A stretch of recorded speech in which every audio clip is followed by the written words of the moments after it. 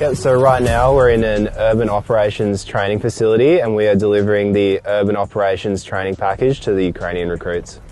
So the kinds of training we've been doing is movement from the rural to urban environment, movement within the urban environment from building to building, breaching rooms, room entry, building clearance, and just general patrolling around the urban environment. We keep on hitting on certain points that keep coming up again through the training, and as we go forward they keep getting better and better at them. I think it'll greatly benefit them when they get back to Ukraine. In February last year, when the full-scale invasion began, that's what made me join the UAF.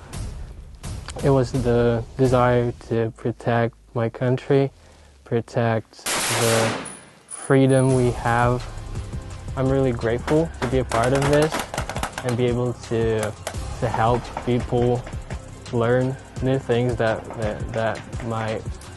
may save their lives and help others.